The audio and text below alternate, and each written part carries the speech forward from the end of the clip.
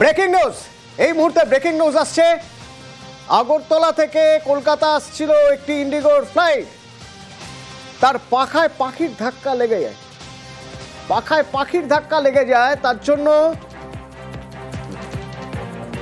ঘুরিয়ে নিয়ে গিয়ে আগরতলা বিমানবন্দরে জরুরি অবতরণ করাতে হয়। আতঙ্কিত হয়ে পড়েন যাত্রীরা, বেশ কয়েকজন অসুস্থ হয়ে পড়েছে। আবির রয়েছে আমার সঙ্গে। আবির, কি হয়েছিল? দেখো, টেক অফ করার 20 মিনিট পরে এমার্জেন্সি ল্যান্ডিং করার অনুমতি চাওয়া হয়। আগরতলা এটিসির তরফ থেকে বিমানটিকে এমার্জেন্সি ল্যান্ডিং করার অনুমতি দেওয়া হয়। বিমানটি অবতরণ করে। যেটা জানতে পারা যাচ্ছে গ্রাউন্ড স্টাফেদের তরফ থেকে, সেটা হচ্ছে বিমানের নাম্বার 6E9203।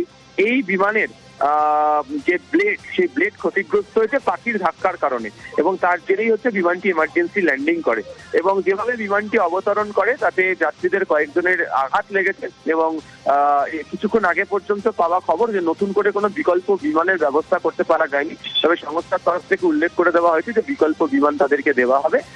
যাত্রীরা আতঙ্কিত হয়ে পড়েছিলেন, ফলে স্বাভাবিকভাবেই উত্তর পূর্ব ভারতের অন্যতম এয়ারপোর্ট হচ্ছে আগরতলা, এবং বিমানবন্দরের সম্প্রসারণের পর আধুনিকীকরণও করা হয়েছে। কিন্তু আজকের এই গোটা ঘটনার ফলে যাত্রীদের মধ্যে আতঙ্ক ছড়িয়ে পড়ে। ধন্যবাদ।